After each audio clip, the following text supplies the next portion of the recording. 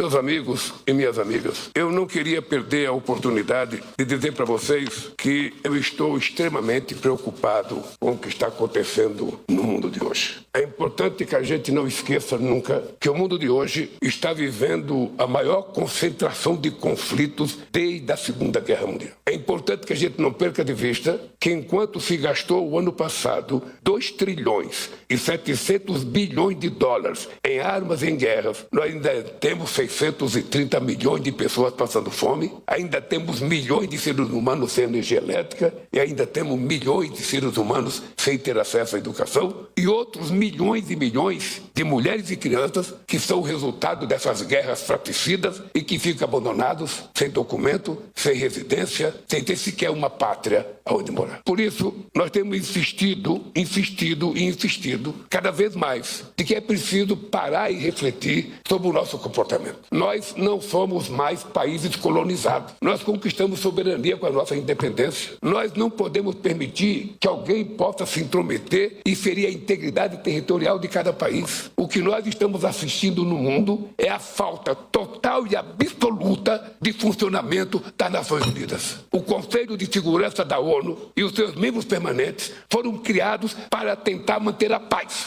E são eles que estão fazendo as guerras. E quando é que a gente vai tomar uma atitude para não permitir, que os países mais poderosos se achem dono dos países mais frágeis? Quando é que a ONU vai convocar uma reunião extraordinária para que a gente decida qual é o papel dos membros do Conselho de Segurança? Por que não se renova? Por que não se coloca mais países representando o Conselho de Segurança da ONU? Eu estou, como ser humano, como democrata e como presidente do Brasil, indignado com a passividade dos membros de segurança que não foram capazes de resolver o problema na faixa de Gaza, não foram capazes de resolver o problema no Iraque, não foram capazes de resolver o problema na Líbia, não foram capazes de resolver o problema na Ucrânia, não foram capazes de resolver o problema no Irã. Ou seja, e tudo se resolve por guerra. Ou seja, quem tem mais canhão, quem tem mais navio, quem tem mais avião, quem tem mais dinheiro, se acha dono do mundo. Quando é que nós vamos dizer que isso não é normal? Quando é que nós vamos dizer, de que nós queremos voltar a ter uma relação civilizada entre as nações, que nós não vamos permitir o fim do multilateralismo e que a gente vai garantir que somente a paz é que pode fazer com que o mundo pobre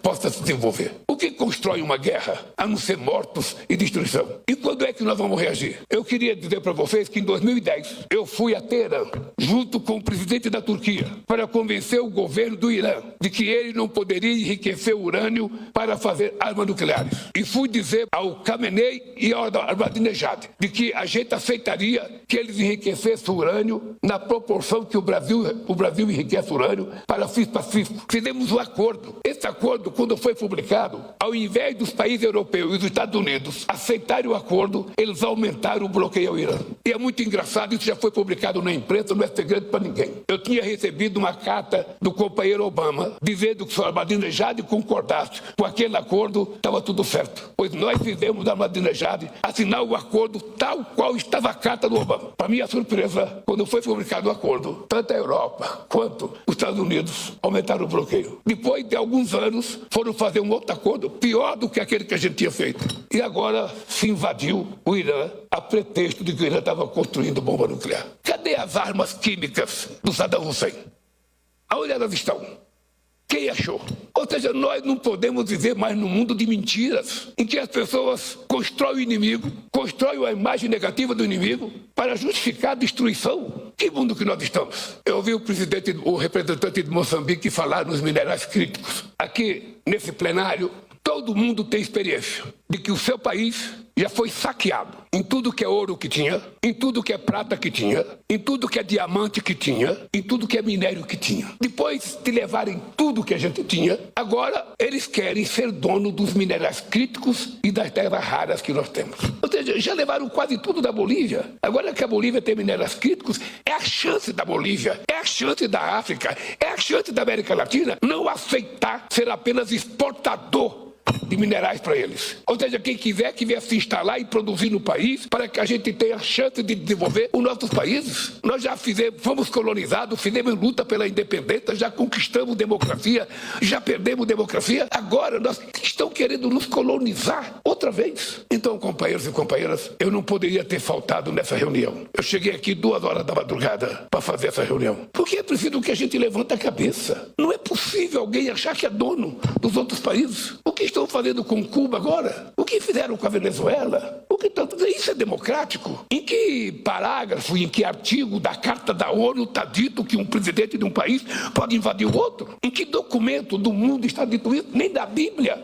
Não existe nada que permita isso aconteça. É a utilização da força e do poder para nos colonizar outra vez. Ou seja, nós não teremos chances agora que nós descobrimos que temos terras raras, que descobrimos que temos minerais críticos, agora que a gente pode aspirar e dar um salto de qualidade na produção de combustíveis alternativos. Ou seja, é preciso que a gente possa gritar alto e bom som para não permitir que, aconteça em outros países o que já aconteceu em Gaza recentemente. Eu não esqueço nunca, meus amigos e minhas amigas, que em dezembro de 2002, eu já tinha sido eleito presidente da República do Brasil e o presidente Bush me convidou para ir a Washington para conversar com ele. Eu não tinha assumido a presidência ainda. E ele queria que eu fosse participar da guerra do Iraque. Eu disse para ele, mas presidente, eu não conheço Saddam Hussein. O Iraque fica a 14 mil quilômetros do meu país. Eu nunca fui no Iraque. Por que fazer guerra com ele? Por que destruir para reconstruir? Porque na época me ofereceram, se você participar da guerra, as empresas brasileiras vão ajudar a reconstruir o Iraque. Agora, por que eu vou destruir para reconstruir? Se está construído, deixa o que está construído. Eu disse para ele, presidente Bush, eu não participo da guerra do Irã. A minha guerra é contra a fome de 54 milhões de brasileiros que não têm o que comer. E essa guerra eu vou vencer. E venci a guerra. Em 2014 acabamos com a fome no Brasil. Hoje, quando eu votei a presidência da República, já tinha 33 milhões de pessoas passando fome outra vez. Em apenas 2 anos e meio. Nós outra vez tiramos 33 milhões de pessoas da fome. Essa guerra que nós temos que fazer para acabar com a fome na África, na América Latina, acabar com o analfabetismo, acabar com a falta de energia elétrica, é essa guerra que nós temos que fazer. Por isso, me perdoe, querida vice-presidenta, eu não poderia deixar de falar isso, porque nós estamos perdendo o direito de nos indignarmos. Estamos perdendo o direito. Vocês acham que eu quero guerra contra alguém? Eu não quero guerra com ninguém, nem com a melhor do mundo, e muito menos com os Estados Unidos, com a China, com a Rússia. Eu quero é argumentar. Eu quero é construir narrativas. Porque somente com narrativas é que a gente vai dizer, que a gente vai construir um mundo para que os nossos filhos, nossos netos possam acreditar que valeu a pena a gente ser governo do país que a gente nasceu. Muito obrigado, gente.